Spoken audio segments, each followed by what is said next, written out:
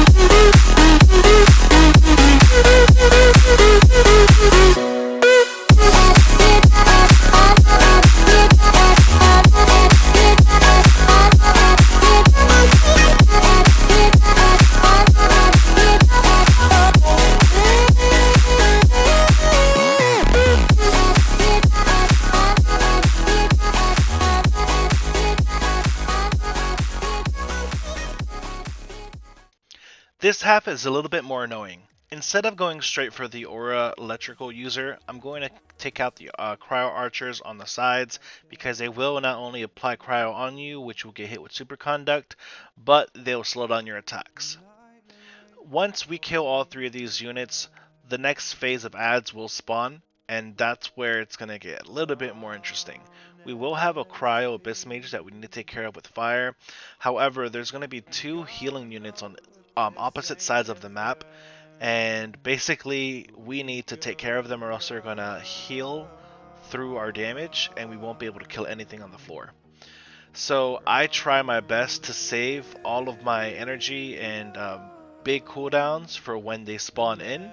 That way I can pop a healer really quickly, go to the other side and pop that healer. Once they're taken care of, I focus on the Abyss Mage. Nothing lasts forever.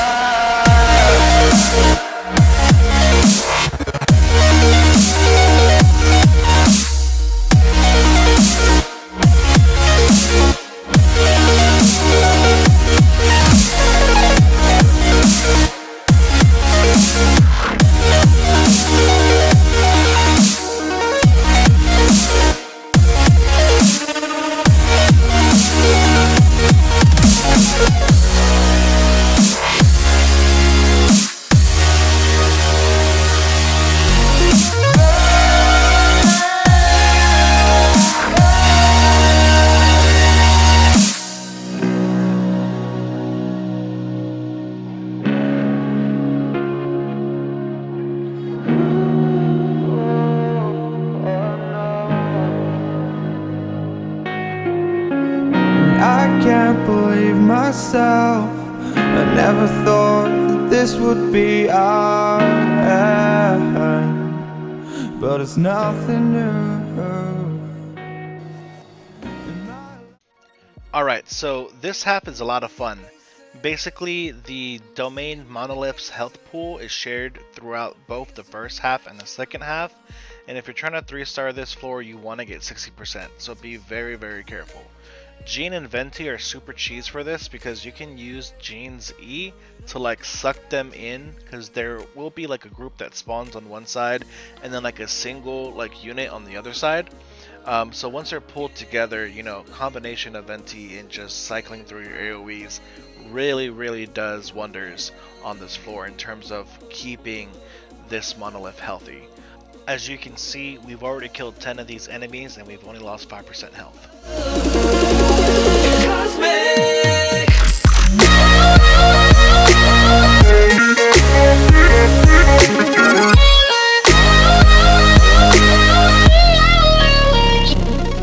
So once we kill those enemies, Amber or like Mona would be wonderful on this floor because you can use her taunt to like help you keep aggro on these guys. I'm not sure which one, but one of these definitely goes after you when the other one ignores you. Well, with the taunt and the constant pressure, I forced them both to attack me. And I'm trying my best to fight away from the monolith and make sure that my back isn't towards it. So if in case anyone wants to rush me, they'll rush the side instead of towards the monolith.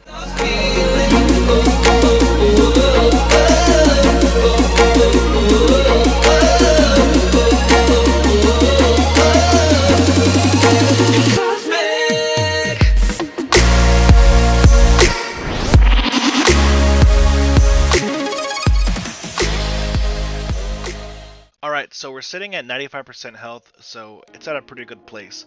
What kind of sucks is the monsters spawn on two different sides of the map. You're going to have a big axe dude swinging at the monolith, and then you're going to have an archer who's cryo shooting at you with ice. Depending on your team composition, you might want to switch this up, but personally, as a physical and attack speed reliant, I guess champion, I wanted to kill the cryo guy first so he's not slowing both my attack and movement speed, and as he's shooting me across the field, he's also hitting the monolith at the same time. Once that's taken care of, I go straight for the big axe dude because it looks like these lightning slimes are not doing any damage to the monolith and he is having a field day. Once these guys are taken care of, you're gonna have more mobs spawn in. One of them has an aura, so we want to really focus on him but as you can see, there's archers spawning on both sides. So I clean up these archers really quickly. Normally I'll go for the cryo, but I was closer to the electro. So kill both archers, then try your best to like apply pressure to both of these enemies, so that they can focus you instead of the monolith. It seems like the aura guy really wants you, and the one with the shield is ignoring me. So just keep whacking on him until he finally pays attention.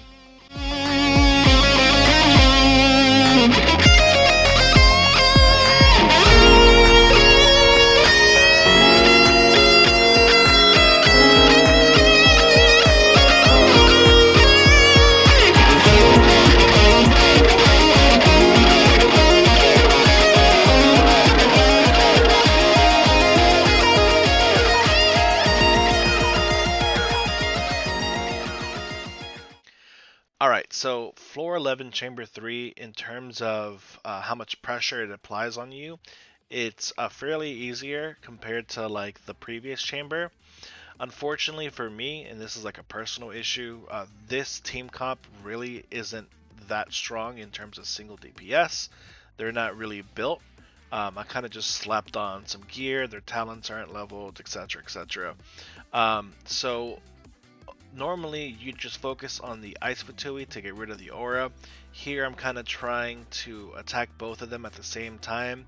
So when the Geo's shield is up, I knock it down. I try to keep them together and just AoE them as much as possible, while sort of prioritizing the Ice guy first.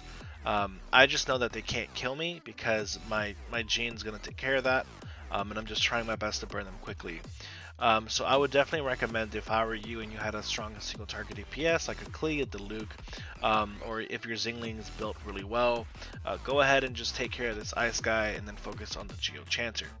Once they're dead, we'll get another Ice Fatui and an Amino Boxer. Once again, focus on the Ice Fatui and just try to delete him.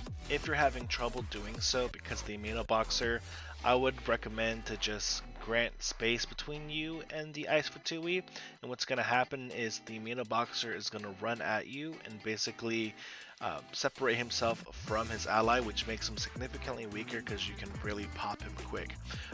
The only caveat to that is that you need to keep your eye on the Ice Fatui when you do that, because he will jump across the map. So as long as you are able to dodge the Ice Fatui when he jumps into you, you can just solo kill the Amino Boxer once again by creating space between you and the enemy, and then focus the Ice Fatui once he's dead.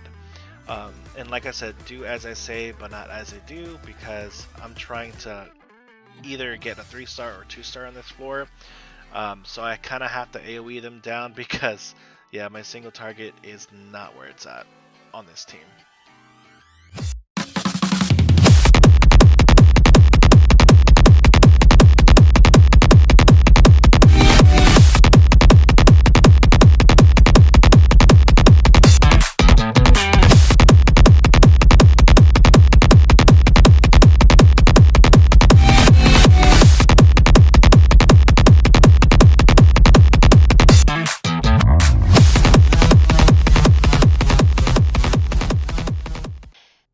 Alright, so the second half is much like the first half, but this time we're going against a Electro Fatui Hammer and a Amino Boxer.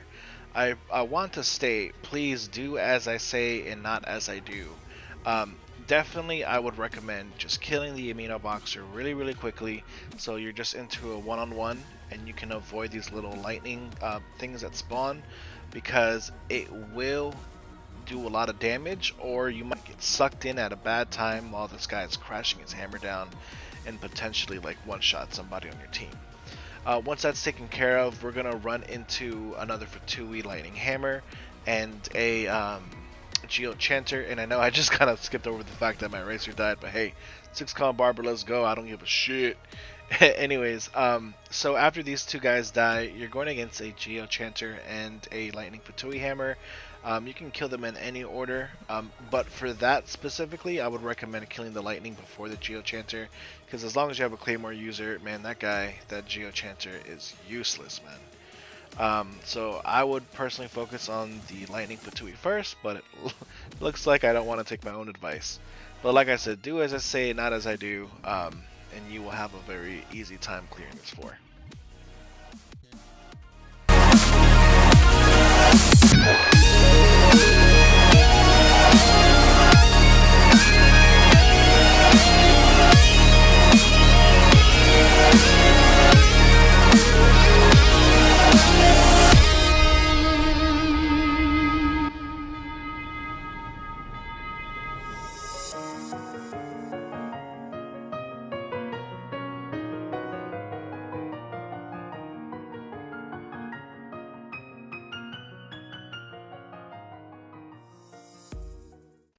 Alright guys, that's pretty much going to wrap up the guide.